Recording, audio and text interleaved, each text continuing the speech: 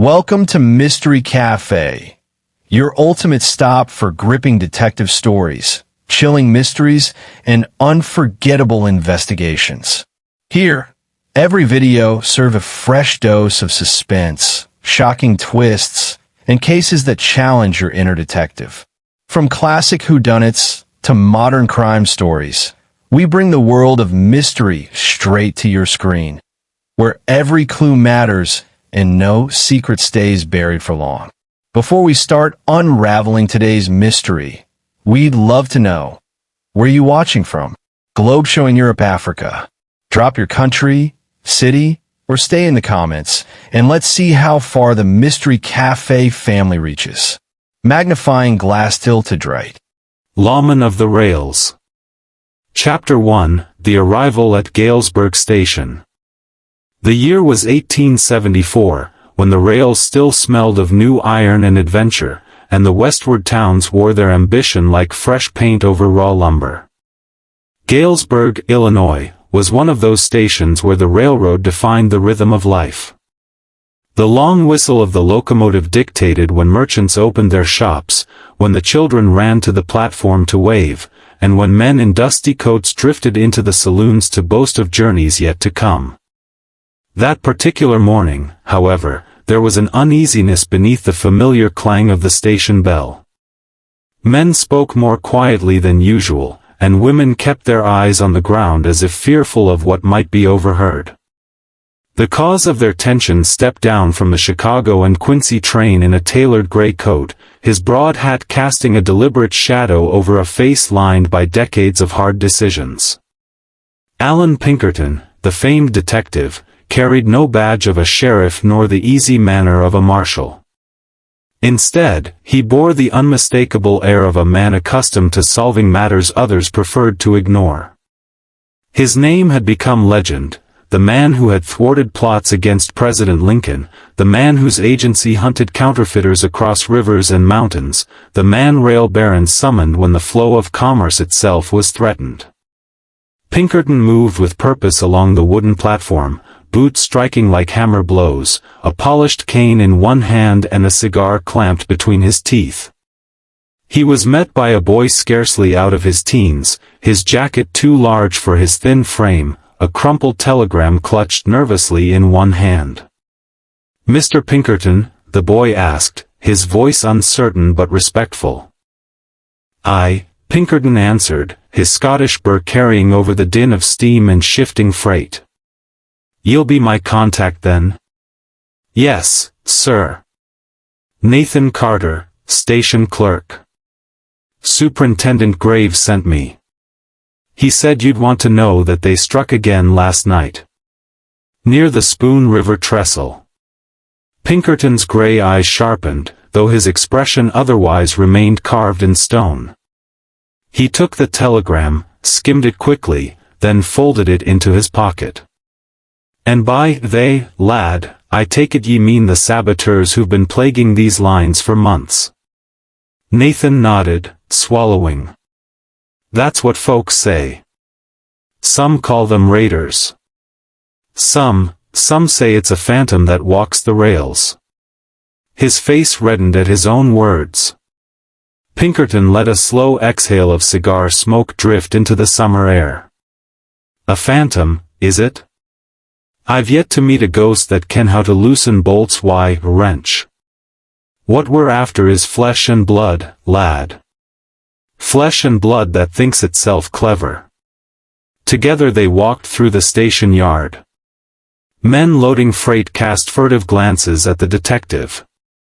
Rumors had run ahead of him like wildfire, rumors of his methods, of his agents who worked in shadows, of the way he could read a man's guilt from the set of his jaw. Some whispered gratitude, others feared what his presence meant.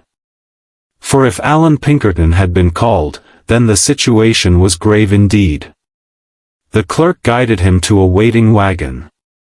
As they rode toward the Spoon River trestle, the countryside rolled past in waves of green cornfields and prairie grasses bending under the breeze. Crows wheeled overhead. The sound of iron wheels on wooden axles was steady, but Nathan's voice trembled when he finally broke the silence. They say 3 freight cars went down last night. Cargo worth thousands, finished steel, barrels of flour, and crates bound for the state fair. Some of it washed downstream already. Sheriff Miles thinks it's just drunken mischief. Mischief dinna leave twisted steel and corpses in its wake, Pinkerton said flatly. How many dead? 2 brakemen. The engineer broke his leg. He swears he saw lights on the tracks, lanterns swinging in the dark, right before the rails gave way. Pinkerton's jaw tightened. He had heard such stories before, organized men striking at railroads, using knowledge of timetables to steal shipments or make political statements. But each case required fresh eyes, fresh deduction. He tapped his cane against the wagon's side and thought. Tell me, Nathan, who profits most from these wrecks? Bandits dinna sabotage for sport. They do it for silver. The boy hesitated. I've heard whispers, sir. About stolen shipments being fenced in St. Louis. About a man named McGraw. Pinkerton turned sharply. McGraw? That's what they say. But most folks won't speak the name aloud. They claim he's a phantom too. Pinkerton's gaze turned toward the horizon, where the smoke of the wreck still rose faintly like a black scar against the summer sky. Captain McGraw. He had heard the name in darker contexts, an officer disgraced after the war, a looter who vanished into the wilderness rather than face trial. Could it be the same man? If so, the case was more dangerous than he had anticipated. When they reached the trestle, Pinkerton stepped down from the wagon, cane striking the earth firmly. The wreckage lay ahead, freight cars splintered like children's toys at the river's edge, iron twisted into grotesque shapes. A handful of deputies loitered nearby, keeping their distance as if afraid of the curse of the place. Pinkerton ignored them. He walked deliberately to the tracks, crouched, and ran his calloused fingers along the loosened bolts. Clean work. Too clean to be chance. He produced a small notebook from his coat and sketched the pattern of tampering. Then he studied the ground itself, mud disturbed by heavy boots, one tread worn thin at the heel. He drew that as well. Details were the detective's truest weapon. Mr. Pinkerton, Sheriff Miles called from behind, his tone defensive. You'll find nothing we haven't already seen. The bridge is old. Wood rots. Rails shift. Pinkerton rose slowly, brushed dust from his coat, and turned. Wood may rot, Sheriff, but it doesna unscrew bolts with its bare hands. These men knew the timetable. They knew exactly where to strike. His eyes cut through the man until Miles shifted uncomfortably in his boots. Back at the wagon, Nathan looked at him anxiously. Do you think they'll come again? Pinkerton struck a match against his boot heel, relit his cigar, and stared into the distance where the rails gleamed like ribbons of silver vanishing into the horizon. Aye, lad. Men who strike once will strike again. But next time, I'll be waiting. He settled back into the seat, cane across his knees, as the wagon turned toward town. The wheels rattled over stones, and the faint sound of the locomotive echoed behind them. For Allan Pinkerton, the hunt had begun, not for a ghost, but for cunning men who hid behind superstition. And he knew already, before this case ended, the rails would run red. Chapter 2, Wreckage at Spoon River. The Spoon River trestle was not merely damaged, it looked desecrated. Freight cars had tumbled like dice cast by some cruel hand, their contents scattered across the muddy riverbank. Sacks of flour split open into pale drifts, barrels bobbed half-submerged, and twisted beams jutted upward like the ribs of a drowned beast. The scene carried the stench of smoke, wet timber, and iron scorched by fire. For the railroad, it was a costly disaster. For Allan Pinkerton, it was a battlefield littered with evidence. He arrived before dawn, lantern in one hand, cane in the other. A handful of deputies and railmen hovered in uneasy silence. They seemed more intent on keeping their distance than preserving the scene. Superstition hung heavy. To them, this was the work of a phantom, an explanation easier to bear than the thought of organized men outwitting law and steel. Pinkerton ignored the muttering and moved with deliberate precision. He crouched at the point where the rails had come loose. The bolts were not worn or rusted. They had been turned with deliberate force, each one removed cleanly. He touched the metal with his fingertips, then sniffed them. The faint trace of oil lingered. Someone had greased the bolts to ease their work, ensuring silence under the cover of night. That told him something. These were men with discipline, not drunken vandals. He pulled a notebook from his coat pocket and began sketching the rail joint, marking where the tools had bitten into the iron. From the corner of his eye he saw the sheriff approach, trying to mask his unease with bluster. "Mr. Pinkerton," Sheriff Miles called, "I'll say again what I've told the superintendent. The trestle's old. The river swells each spring, the wood rots. This was bound to happen." Pinkerton rose slowly, the notebook still open in his hand. His gray eyes pinned the sheriff like a hawk watching prey. "Wood rot, Sheriff, dinna walk into town and sell stolen cargo. Rot leaves splinters. Men leave footprints." He gestured toward the muddy bank where the river had receded. Clear impressions of boots remained, one heel worn nearly flat. He had seen the same tread earlier in town. He bent down, traced the outline with his cane, and then marked it carefully in his book. The sheriff frowned. "Boot prints prove little. Any man might have passed through here." "Aye," Pinkerton said, straightening, "and yet nay every man knew the timetable of the midnight freight, nor carried the wrenches needed for such work. Do nae insult me with talk of chance." Miles muttered something about city men meddling, but he fell silent under the weight of Pinkerton's stare. Nathan Carter, the young clerk who had guided Pinkerton to the wreck, edged closer. His face was pale in the lantern light. "Sir," the engineer swore he saw lanterns swinging, right before the train jumped the tracks. He said it was like someone signaling. Pinkerton's brow furrowed. "Lanterns, aye. Did he say how many?" "2. Maybe 3. He thought it was flagmen warning of trouble ahead." "That was their trick," Pinkerton muttered. "Use the signal of safety to lure him faster into ruin. Clever devils." He moved deeper into the wreckage, cane tapping against the stones. Amid the broken timbers he spotted something half-buried, a scrap of heavy canvas. He tugged it free and examined it under the lantern. The fabric was stained with coal soot, as though it had once held a lantern or tools. A corner of a stenciled letter remained, though incomplete. He slipped it into his coat pocket.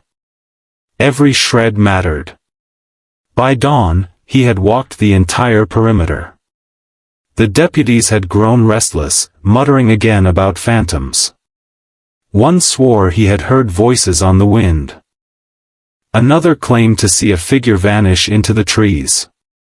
Pinkerton gathered them together with a glare that brooked no argument. "Listen well," he said, his voice carrying the weight of command. "What haunts these rails isn't a ghost. It is men. Men who ken your schedules better than ye yourselves. Men who risk hanging for the profit of stolen cargo. Spread talk of phantoms, and ye give them cover. Spread fear, and ye hand them victory. The deputies shifted uneasily. Some looked ashamed, others defiant. Sheriff Miles opened his mouth but shut it again under Pinkerton's glare. Satisfied, Pinkerton dismissed them. He preferred working alone, or with those he trusted implicitly. Nathan lingered, eyes wide, clearly torn between fear and admiration. "Sir," Nathan said softly, "do you think they'll come again?" Pinkerton struck a match, relit his cigar, and stared at the twisted wreck of the trestle. "Aye, lad. Saboteurs strike until they're stopped. They believe themselves clever, untouchable. That pride will be their undoing." As he spoke, he heard the faintest sound above the river's rush, the creak of branches disturbed, the shuffle of boots in the undergrowth. He froze, cigar smoke curling from his lips. Then, with deliberate calm, he drew the revolver holstered under his coat. "Stay here," he whispered to Nathan. He advanced toward the trees. Every step was silent, every sense sharpened. The brush was thick, the early sun barely piercing the canopy. Yet he saw it, a flicker of movement, a lantern's glass catching the light before it was snuffed out.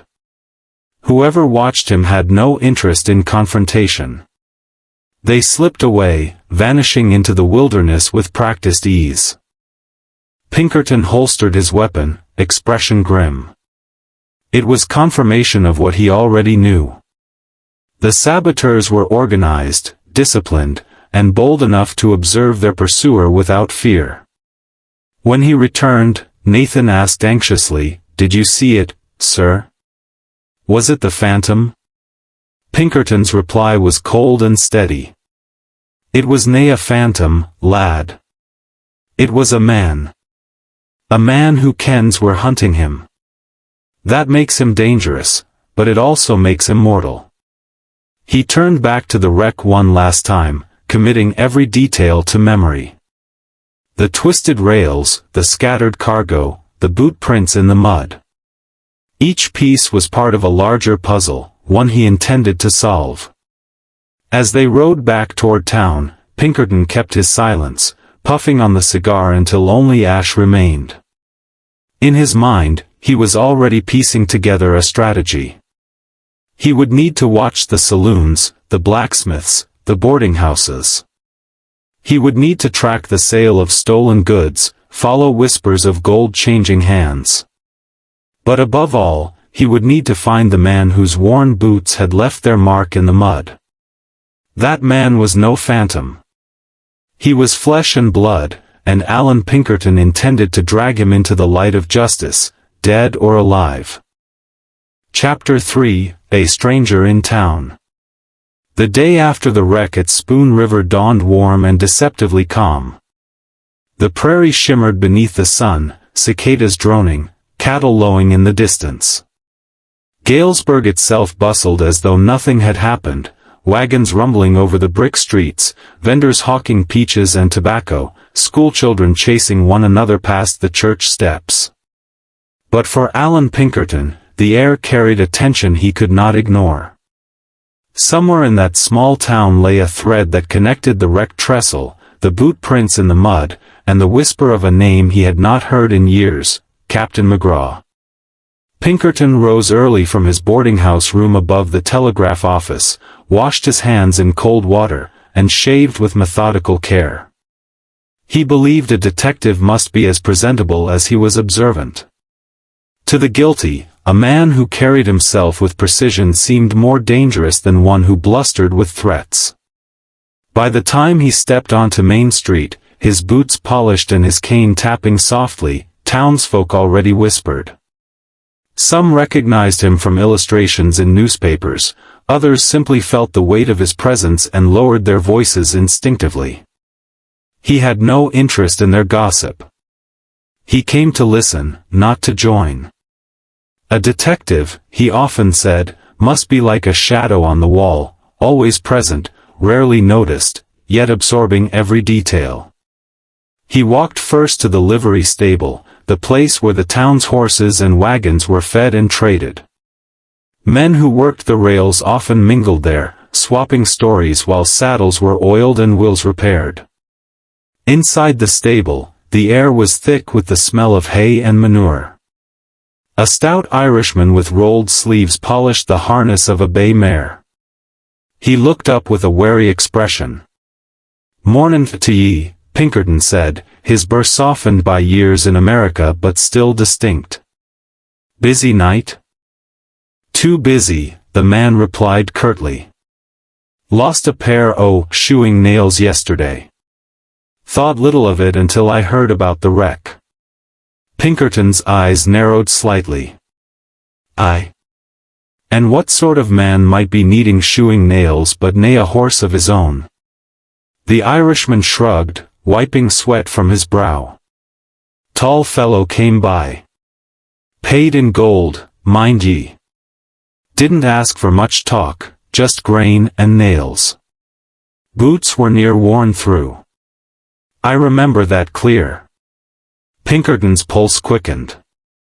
The worn tread matched the print he had studied by the trestle. He pressed further. "Did ye catch a name?" "No name. But he had the look of a soldier who'd lost his cause.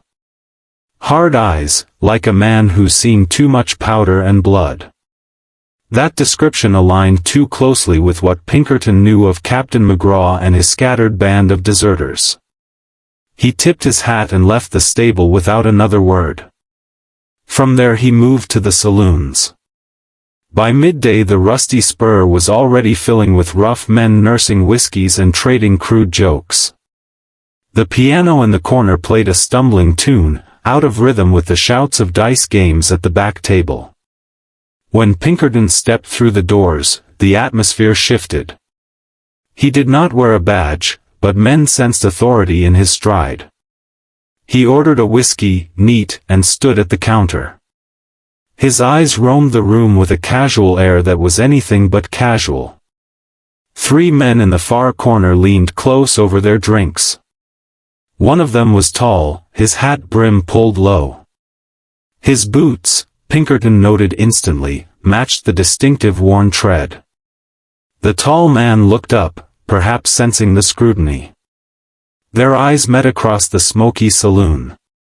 For a moment, the noise of dice and piano seemed to fade, replaced by a silent exchange of recognition, predator and predator, each measuring the other. Then the tall man muttered to his companions, rose abruptly, and strode out the side door. Pinkerton let him go. Chasing would yield little but suspicion. Instead, he finished his drink and lingered until conversation around him resumed. When he finally stepped outside, the tall man was nowhere in sight. Yet Pinkerton had seen enough. The saboteurs were not phantoms at all, but men who moved brazenly through town, hiding in plain sight. That afternoon, Pinkerton visited the blacksmith's forge, where sparks leapt and hammers rang like church bells. He asked discreet questions about missing tools. The smith admitted a set of wrenches had vanished 2 weeks earlier. At the general store, a clerk mentioned strangers buying oil and canvas sacks. At the telegraph office, a message had been sent to St. Louis under a false name, requesting buyers for surplus cargo. Everywhere he went, pieces of the puzzle fell into place. Each by itself was trivial: nails, tools, oil, sacks. But together, they formed the outline of organized sabotage. That evening, Nathan Carter met him outside the boarding house. The boy looked weary but determined. "Sir, the stranger you saw, he came back to the saloon. Folks said he drank with 2 others. They left together at sundown, riding west." Pinkerton tapped his cane thoughtfully against the boards. "West leads to the Spoon River trestle again, lad. They mean to strike once more." Nathan paled. "So soon?" "Aye. Bold men grow careless when they taste success. That's when we'll catch them. As night fell, Pinkerton prepared his revolver and checked the powder. He tucked a second pistol into his coat pocket. He carried no rifle, he preferred the precision of a sidearm and the certainty of his own aim. Then, cloak draped over his shoulders, he set out on foot along the prairie road, Nathan trailing reluctantly behind. The moon was bright, casting long shadows over the cornfields. Owls called from distant trees. After an hour of walking, Pinkerton halted suddenly, raising a hand for silence. Ahead, on the dirt road, 3 riders moved at a steady pace. Their lanterns swung, casting pools of light that danced with the rhythm of their horses. "Stay back," Pinkerton whispered. "And keep low." He crouched behind a fence post, eyes fixed on the riders. The tall man was there, unmistakable in his broad shoulders and military bearing. His companions carried tools strapped across their saddles. They spoke in low tones, but the stillness of the night carried their words. "Loosen the rails near the grain depot," one muttered. "Tomorrow's shipment is worth more than the last," another replied. The tall man grunted agreement. Pinkerton's suspicions were confirmed. These were no drifters, this was a calculated campaign against the railroad. He waited until they disappeared down the road, then straightened. His mind was already shaping the trap. "We've found our quarry, lad," he told Nathan. "Tomorrow night, they'll try again. And tomorrow night, I'll be waiting." The boy's eyes widened with a mixture of fear and awe. For him, the idea of confronting such men was terrifying. For Pinkerton, it was the familiar weight of duty, the same weight he had carried since the day he swore to defend justice on the rails.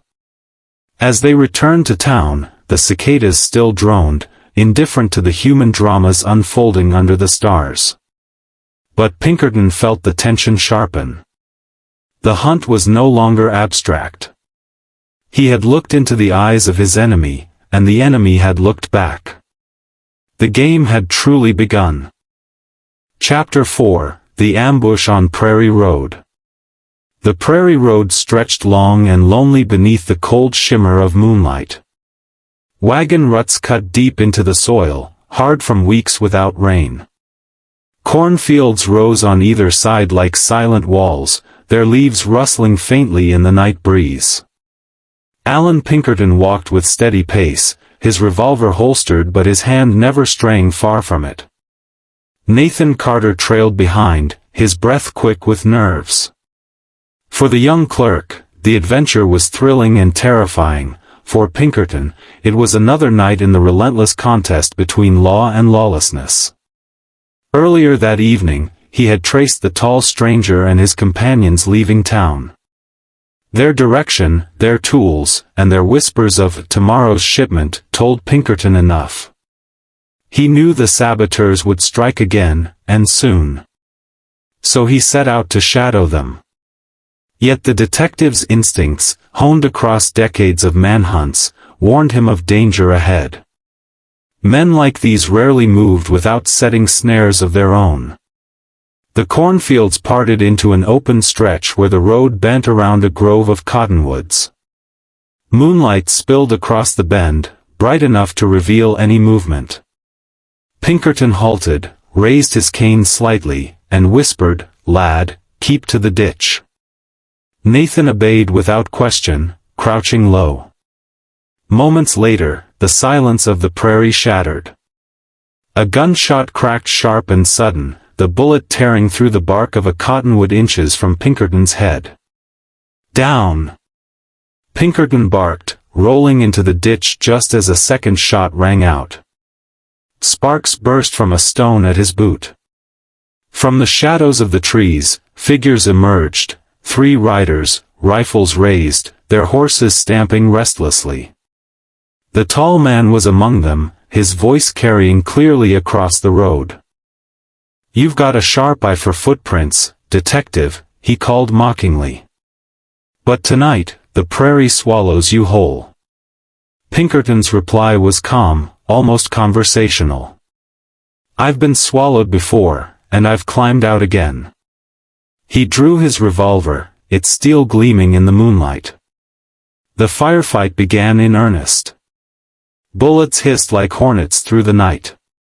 Pinkerton fired once, twice, measured, deliberate shots. One rider toppled from his horse with a cry, crashing into the dust. Nathan flinched but held his ground, clutching a fallen branch like a weapon he barely knew how to use. The tall man spurred his horse forward, firing as he moved. Pinkerton dropped low, the bullet whistling above his hat brim. He returned fire, forcing the rider to veer aside. Another horseman circled wide, attempting to flank him, but Pinkerton anticipated the maneuver. He shifted position in the ditch, letting the moonlight disguise his angle, then fired. The second rider reeled, clutching his shoulder, his rifle clattering to the ground. The air reeked of gunpowder, the echoes of shots rolling across the prairie. For a moment, the grove fell silent save for the heavy breathing of men and horses. Then the tall man barked an order. "Fall back. We're not losing more tonight." The remaining riders spurred their horses, vanishing into the cornfields with startling speed. Pinkerton rose slowly, revolver still aimed, until he was certain they were gone. Only the wounded rider remained, groaning in the dirt where he had fallen. Pinkerton approached, cane in one hand, revolver in the other. Nathan followed cautiously, his face pale. The wounded man was young, scarcely older than Nathan himself. His eyes flickered with both pain and defiance. "You'll hang for this," Pinkerton said evenly. "But I'd sooner hear your tongue wag before the rope tightens." "Who commands you?" The young man coughed, blood on his lips. "You'll never catch him. He's a soldier still. We follow him because he gives us purpose." Pinkerton's gaze hardened. "McGraw." The man's eyes widened briefly, confirming the name without a word. Then, with a sudden convulsion, he bit down hard. A rattling gasp followed. Within seconds, his body went still. Nathan recoiled in shock. What did he do?" "Poison," Pinkerton said grimly, kneeling to examine the man's mouth. A bitter almond smell lingered in the air. "Their captain demands silence beyond the grave. These men are nay bandits, they're soldiers waging a new kind of war." He rose, his expression cold and resolute. The tall stranger was no mere outlaw. Captain McGraw, once disgraced, now commanded a loyal band disciplined enough to carry poison in case of capture. That meant the campaign against the rails was not petty theft, but strategy. Perhaps revenge against the government, perhaps profit cloaked in ideology. Either way, it threatened every train from Galesburg to Chicago. Nathan's hands trembled. "Sir, if they can ambush you, if they'll kill their own rather than speak, how can we stop them?" Pinkerton placed a hand on the boy's shoulder, his grip firm. "We stop them by being colder, cleverer, and more relentless than they can fathom. They've shown their hand. Now it's our turn." He dragged the dead man's body to the roadside and covered it with a canvas from his satchel. The prairie wind rattled the corn, carrying away the last echoes of gunfire. Somewhere out there, McGraw rode free, already plotting his next strike. Pinkerton stared after him, cigar clenched between his teeth though unlit. He did not light it, not yet. Instead, he committed the moment to memory, the angle of the moon, the acrid taste of powder, the sound of McGraw's voice. Every detail would return later when he pieced together the puzzle. By the time they reached Galesburg again, the eastern sky glowed faintly with the first light of dawn. The town slept, oblivious to the shots fired on its outskirts. Nathan staggered into the boarding house, exhausted. Pinkerton remained awake, pacing his room with his notebook open. He drew diagrams of the ambush, the position of each rider, the trajectory of their bullets, the retreat into the corn. He noted the presence of poison, the discipline of their retreat, the loyalty to McGraw's command. Slowly, the pattern emerged. McGraw was no phantom. He was a man who wielded fear as a weapon, letting rumor and superstition shield him from scrutiny. He struck at the railroad not for chaos alone but for control of shipments, of timetables, of wealth moving faster than stagecoaches ever could. And he was bold enough to face Allan Pinkerton himself, then vanish into the night. Pinkerton closed his notebook, finally striking a match to his cigar. Smoke curled upward, pale in the growing dawn. He exhaled slowly, whispering to the empty room. "You've declared war, Captain. And I'll answer it on your own battlefield." Chapter 5, Secrets of the Rail Yard. By the third day of his investigation, Allan Pinkerton knew that chasing shadows across the prairie would not be enough. Captain McGraw and his men were ghosts only in the sense that they moved with discipline and left little behind. But every ghost had a tether, every outlaw a foothold in the world of flesh and commerce. To strike at the heart of the saboteurs, he would need to turn his eyes not outward to the open prairie, but inward to the very machinery of the railroad itself. The rail yard in Galesburg sprawled across the western edge of town, a clutter of tracks, sheds, and smoke that never truly slept. Engines hissed even when idle, their boilers steaming like restless beasts.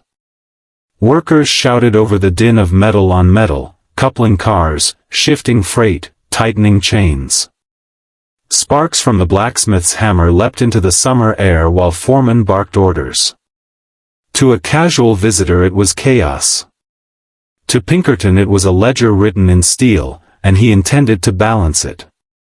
He spent the morning walking the yard, cane tapping against planks slick with oil. Men stiffened as he passed, sensing his scrutiny. He asked questions with the mildness of a man who seemed merely curious. What cargo had been lost? Who last inspected the trestle? Which guards had been posted on the night of the wreck? Some gave quick answers, eager to appease him. Others grew defensive, mumbling about tired eyes and long shifts. But Pinkerton was not simply listening to their words. He studied their faces, the twitch of a jaw, the shift of eyes toward the ground. A guilty man could mask his speech but rarely his manner. At midday, he requested a meeting with Superintendent Graves, a stout man whose suit strained at the seams. They met in the yard office, a cramped space filled with ledgers and the constant clatter of the telegraph. "We've doubled the guards, sir," Graves assured him, mopping his brow with a handkerchief. "Every rail watched, every shipment logged. Yet my men are uneasy. They whisper of this phantom, and I cannot stamp it out. If the saboteurs strike again, our investors will abandon us." Pinkerton's gaze swept the room, resting briefly on the telegraph machine tapping in the corner. "Fear is a weapon, Superintendent. Your men believe in phantoms because it excuses their failure. But ghosts dinna steal silver, and shadows dinna write ledgers. Someone here knows more than they admit." Graves shifted uncomfortably. "You think it's an inside job?" "I ken it," Pinkerton said flatly. "The saboteurs dinna choose targets blind. They strike when cargo is richest, when guards are weakest. Such precision comes from knowledge within." To prove it, Pinkerton needed evidence. He asked to review the yard's records, cargo manifests, guard rosters, telegraph logs. Graves hesitated, then yielded. For hours Pinkerton bent over the ledgers, cigar smoke curling above him. Numbers spoke to him as clearly as words. He traced patterns. Shipments of bullion always struck when a particular shift of guards was on duty. Derailments coincided with nights when the same telegraph operator manned the keys. By dusk, the outline of betrayal had emerged. Someone within the yard was feeding McGraw's men information, details no outsider could guess. That evening, Pinkerton positioned himself in the shadows of a tool shed overlooking the tracks. Nathan Carter crouched beside him, eyes wide. "What are we waiting for?" the boy whispered. "A fox always returns to its burrow," Pinkerton replied softly. "Tonight, we'll see which fox feeds at this yard." The hours stretched long. Locomotives came and went, their lamps cutting through the dark. Guards patrolled with lanterns, boots crunching on gravel. The night grew still, broken only by the occasional clang of metal. Then, near midnight, Pinkerton's sharp ears caught a faint shuffle. From the far side of the yard, a man emerged, glancing about nervously. He wore the uniform of a yard guard, but his movements lacked the careless rhythm of one accustomed to routine. Instead, he crept toward a stack of crates, crouched, and pulled a folded sheet of paper from his coat. A lantern flashed twice from the shadows beyond the fence, an answering signal. Pinkerton's hand closed around Nathan's arm. "There," he murmured. The guard moved quickly, handing over the paper to a figure waiting at the fence. For a brief moment, the lantern light caught the other man's face, the tall stranger Pinkerton had seen at the saloon. McGraw's lieutenant. Pinkerton struck like lightning. He surged from the shadows, cane raised, revolver gleaming. Nathan stumbled behind him. "Drop it!" Pinkerton thundered. The false guard froze, but the tall stranger reacted instantly, bolting into the night. He vanished between stacks of lumber before Pinkerton could fire. Pinkerton seized the guard by the collar, slamming him against the crates. The man's nose broke with a crunch, blood spilling down his chin. "Name your master." Pinkerton snarled. The guard spat blood, defiance flashing in his eyes. "You'll never stop him. McGraw rides free while you waste your time with me." Pinkerton pressed the barrel of his revolver to the man's temple, voice like iron. "If ye think your life worth less than loyalty, then speak nay. But ken this, I'll drag every last one of ye into the light. Start why you." The guard faltered, eyes darting wildly. Pain and fear broke his resolve. "McGraw. Captain McGraw," he muttered hoarsely. "He sends word through me. I tell him when the shipments leave, when the guards change. He pays me in gold." Pinkerton released him suddenly, letting him collapse into the dirt. Gold buys loyalty for a time. But when the hangman calls, gold turns to dust. He bound the man's hands with a length of cord, then turned to Nathan. "Fetch the sheriff. Let him keep this traitor locked until trial.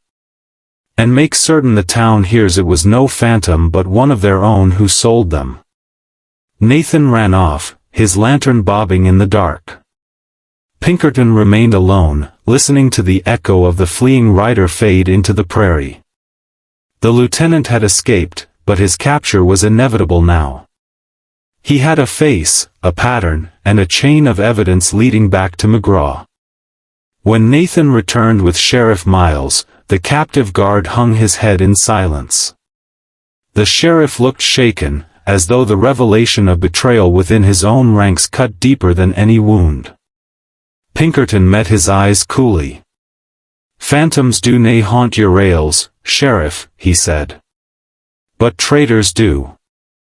Guard against them, and ye guard against every saboteur beyond." The sheriff could only nod. As dawn broke over the rail yard, Pinkerton stood at the edge of the tracks, cigar glowing faintly. He had peeled away another layer of the mystery. McGraw's men were not drifting bandits, they were supplied by informants within. The captain's reach extended into the very heart of the railroad. But Pinkerton's reach extended further, into every ledger, every whispered rumor, every guilty glance. The rails were a battlefield, and the battle was shifting in his favor. Chapter 6: The Phantom of the Trestle. The Spoon River Trestle had become a place of whispered dread, a landmark where men crossed themselves before stepping onto its planks. The wreckage had been cleared, rails repaired, but rumor clung to the site like fog on the water. To the people of Galesburg, it was cursed. To Allan Pinkerton, it was bait. For 3 days he planned in silence, drawing diagrams by lamplight in his boarding house, studying maps of the rail lines, and reviewing schedules with Superintendent Graves. He requested false cargo manifests to be circulated through the yard, carefully crafted lies suggesting that a shipment of silver bullion would leave Galesburg at midnight, bound for Chicago. The news would trickle out as intended, finding its way into the hands of McGraw's informants. If the captain's men took the bait, they would strike at the trestle again. And this time, Pinkerton would be waiting. On the evening of the trap, the sky turned bruised with storm clouds. Heat lightning flickered on the horizon, casting brief, eerie light across the prairie. Pinkerton and a hand-picked group of sharpshooters, railmen he trusted, and a few deputies whose loyalty he had tested, moved quietly into position near the trestle. They concealed themselves among the rocks and brush, lanterns extinguished, rifles primed. Pinkerton crouched low, revolver across his knees. Nathan Carter knelt beside him, eyes wide, trying to steady his breath. "What if they don't come?" the boy whispered. "They'll come," Pinkerton murmured. "Men like McGraw cannot resist striking rich cargo. Greed blinds more surely than fog." The hours crept by. Crickets chirped, the river gurgled beneath the bridge, and thunder rumbled faintly in the distance. Then, near midnight, movement stirred at the edge of the cornfields. Shadows detached themselves from the stalks and crept toward the trestle. Lanterns flickered, swinging carefully to avoid detection. Pinkerton's heart steadied, not quickened. The hunt was upon him. He signaled his men with a subtle lift of his hand. No one moved, no rifle cracked. They waited, patient as stone.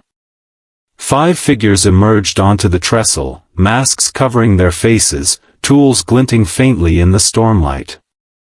Among them strode a tall, broad-shouldered man whose presence commanded the others.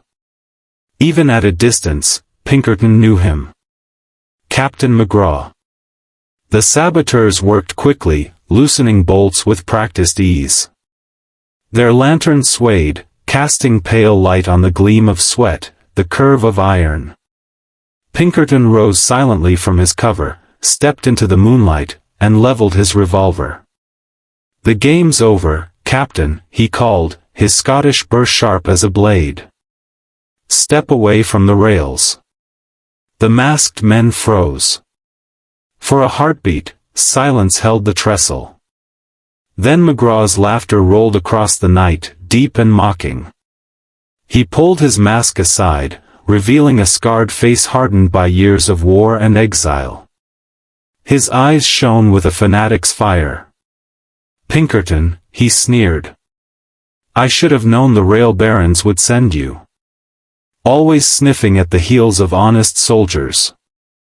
"Honest soldiers dinna poison themselves to hide their crimes," Pinkerton shot back. "Ye fight nae war here, McGraw. Ye're a thief hiding behind a uniform long disgraced." McGraw's grin widened. "Call it what you like. The Union took my honor, the railroad takes my land, and men like you enforce their tyranny. I strike back in the only way left." He raised his arm, signaling his men. Gunfire erupted. Lanterns toppled, spilling oil that flared briefly before sputtering in the rain-scented air. Muzzle flashes tore the night as Pinkerton's sharpshooters answered.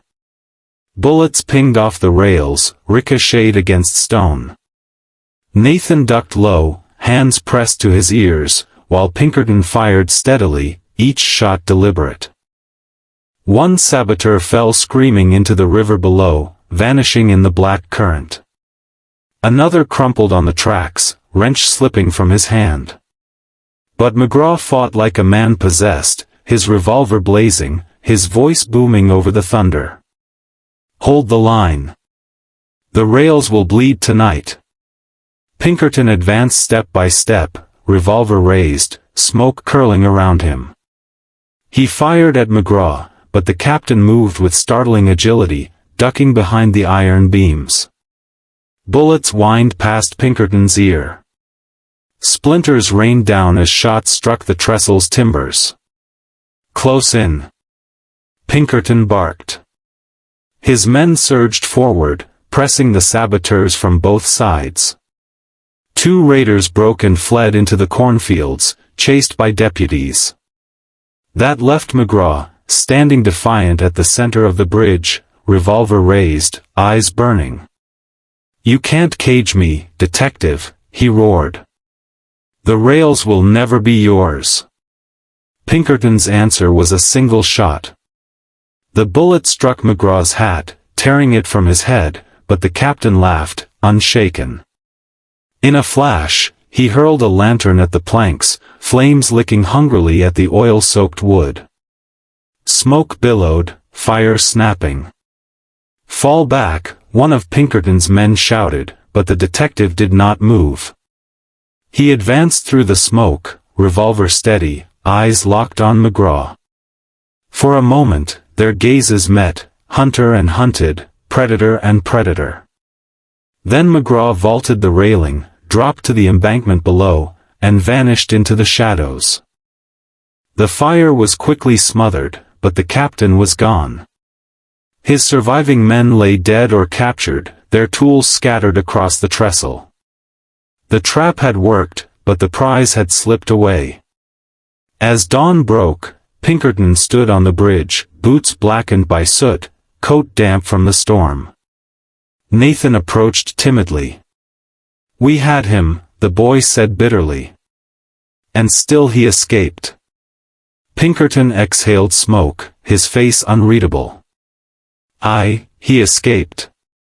But each time, the noose tightens. He's bold, lad, but boldness breeds mistakes. And I ken his face now. That's enough." He gazed east, where the sun rose over endless rails gleaming like threads of silver. The battle was not yet won. But the phantom of the trestle was no phantom at all, he was a man, and Allan Pinkerton intended to bring him down. Chapter 7, The Chase Through the Cornfields. The trestle smoldered in the gray light of dawn. Pinkerton stood at the rail's edge, staring into the embankment where McGraw had vanished hours before. Deputies rounded up prisoners, the wounded groaned, and Nathan Carter dozed against a crate, exhausted beyond words. Yet Pinkerton did not rest. His gaze lingered on the trampled grass below, where a trail of broken stalks and deep boot prints cut into the earth. McGraw had fled into the corn, and that meant he had left a trail. By midday, Pinkerton was mounted on a bay mare, revolver holstered at his hip, eyes scanning the prairie. Nathan rode beside him reluctantly, the boy's thin frame awkward in the saddle. Two deputies followed at a distance. Pinkerton preferred a lean pursuit party, too many men made too much noise. The cornfields were thick, the stalks tall as a man, their leaves whispering like voices in the wind. They entered the fields at a slow walk, horses' hooves muffled by the damp soil. Pinkerton dismounted often, crouching to study bent stalks, a scuff of dirt, or the faint glimmer of an abandoned cartridge.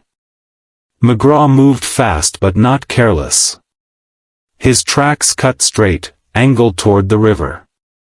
The afternoon sun burned hot, sweat dripping down Nathan's brow.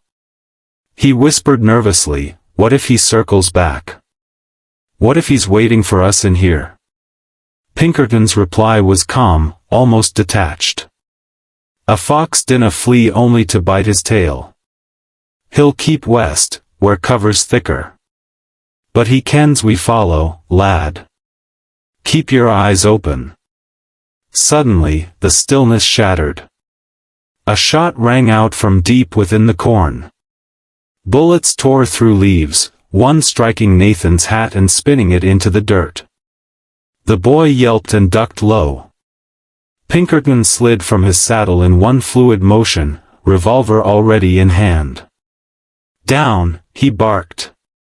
The deputies scrambled for cover as another shot cracked. Pinkerton dropped to one knee, eyes narrowed, listening. The sound carried differently through the corn, muffled, deceptive. But decades of pursuit had trained his ears. He pinpointed the source, 50 yards ahead, left of a fallen log hidden among stalks. He signaled with his hand, then moved silently, weaving through the rows. His revolver was steady, breath-controlled. He advanced until the faint outline of a man crouched with rifle raised came into view. It wasn't McGraw but one of his lieutenants, scarred cheek, jaw clenched. Pinkerton fired once. The man jerked backward, rifle clattering to the ground. The detective strode forward, revolver still aimed, but the lieutenant was already gasping his last breath. Nathan emerged behind him, wide-eyed. "Sir, if that wasn't McGraw." Pinkerton cut him off with a sharp gesture. "Then McGraw's still ahead. Move." They pressed on, deeper into the maze of corn. The rows seemed endless, the heat suffocating.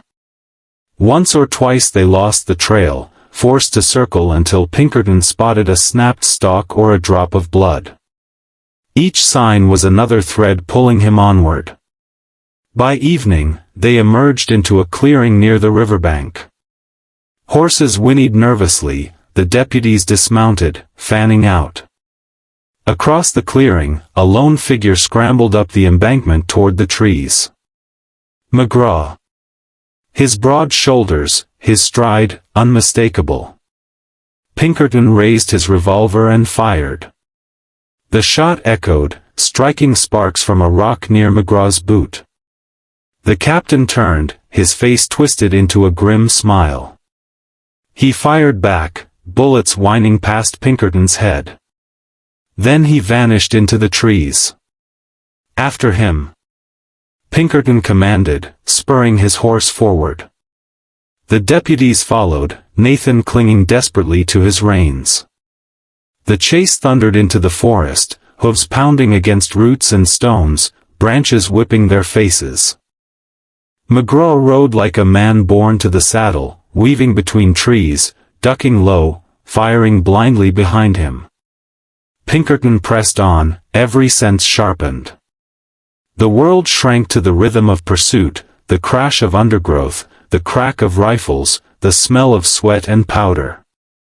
At last, McGraw's horse stumbled at a fallen log. The captain rolled clear, landed on his feet, and sprinted toward a rocky bluff. Pinkerton leapt from his horse and followed on foot, revolver drawn. The deputies hung back, tending to Nathan, whose horse had thrown him. Pinkerton went alone, his boots striking hard against stone. At the top of the bluff, McGraw turned, revolver raised, chest heaving. For the first time, Pinkerton saw uncertainty flicker across his scarred face. "It ends here, Captain," Pinkerton said, voice like iron. "Your war is done." McGraw sneered, though sweat streamed down his brow. "You think you've won? Even if you take me, others will rise. These rails cut through our land like knives. We strike back because no one else will. Ye strike for greed, Pinkerton countered. Dinna dress it in honor. Men died for your coin. The captain snarled and fired. Pinkerton dropped low, the bullet grazing his coat. He returned fire, his shot striking the rock inches from McGraw's hand. The revolver flew from the captain's grasp. For a moment, silence held. The river roared below, cicadas screamed in the trees. McGraw stood unarmed, chest rising and falling, eyes locked with Pinkerton's. Then, with a sudden roar, he lunged forward, fists swinging. The two men collided, grappling at the cliff's edge. Pinkerton fought with brutal efficiency, using elbows, knees, the weight of his body. McGraw was larger, stronger, but desperation made him reckless. They rolled dangerously close to the drop, stones crumbling beneath their boots. Pinkerton drove his fist into McGraw's jaw, then struck with his cane, forcing him back. But the captain twisted, seizing the cane, wrenching it free. He swung it like a club, striking Pinkerton's shoulder. Pain flared, but the detective did not falter. He surged forward, driving McGraw against the bluff wall. For an instant, McGraw teetered on the edge, arms flailing. Then he caught himself, snarling.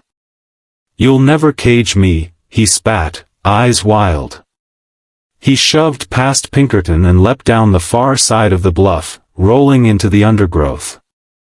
By the time Pinkerton reached the edge, the captain had vanished again into the forest shadows. The deputies arrived moments later, panting. "Did you have him, sir?" Pinkerton holstered his revolver, face grim. "Aye." And he slipped the noose again. But the fox grows weary. Each chase leaves him more desperate. Next time, he'll nae escape. He turned back toward the clearing where Nathan waited, shaken but unharmed. The boy's eyes were full of questions, but Pinkerton offered only a steady hand on his shoulder. "Courage, lad. The hunt's nae over. But it's near its end." As night fell, they made camp by the river. The firelight flickered on Pinkerton's weathered face as he studied his notebook, mapping the chase, noting McGraw's patterns. The captain could run, but he could not erase his trail. Every man left a mark, and Pinkerton would follow it until justice was done. Chapter 8, Justice on the Rails. Dawn broke cold and pale over the prairie, the horizon stained pink and gold. Allan Pinkerton rose from the ashes of the campfire where he and his men had rested only a few uneasy hours. The bay mare pawed at the earth, impatient, as if she too longed for the chase to end. Nathan Carter sat nearby, his eyes red from lack of sleep, but there was determination in the boy's face. The deputies muttered among themselves, weary of the hunt yet unwilling to abandon it. Pinkerton, however, was far from weary. His mind was sharp, fixed on a single certainty: Captain McGraw was running out of ground. No man could ride forever, not with Pinkerton on his heels. The chase had stretched over miles of prairie, through cornfields, and across rivers, but the endgame had come into view. The trail led north, toward the abandoned quarry where stone once fed the rail lines. Pinkerton knew the place: jagged cliffs, deep pits, and a network of caves carved by decades of labor. It was the perfect place for a fugitive to make a last stand. By noon, they reached the quarry. Silence lay heavy, broken only by the echo of crows circling overhead. The ground was littered with tools left to rust, wagons half-collapsed, timbers rotting in the sun. Pinkerton dismounted and raised his hand for stillness. "He's here," he said simply.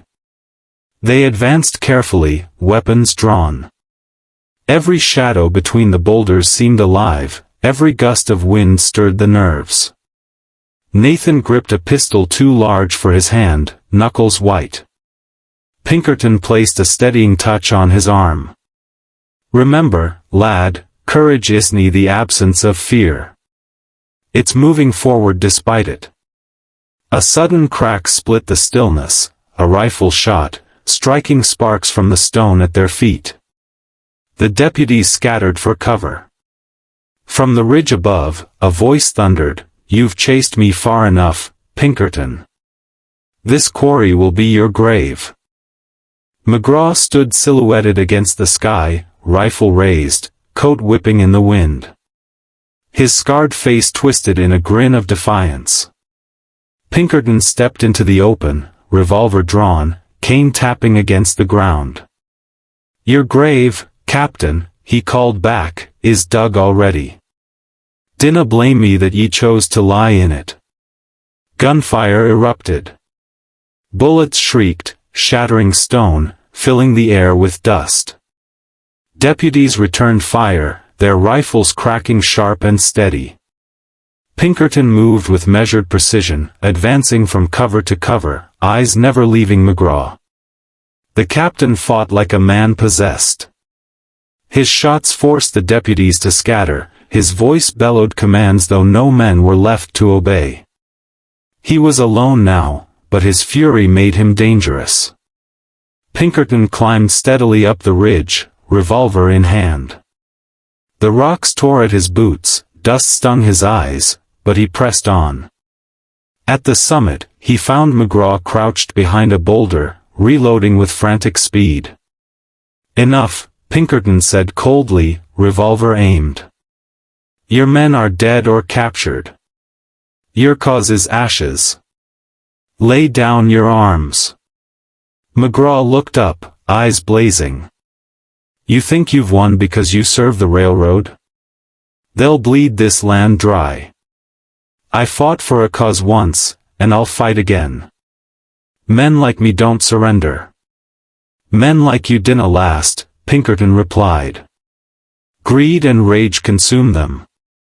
McGraw roared and lunged, swinging the butt of his rifle like a club. Pinkerton fired once, the bullet grazed the captain's arm, spinning him but not stopping him. The rifle smashed against Pinkerton's cane, splintering it. The detective staggered but did not fall.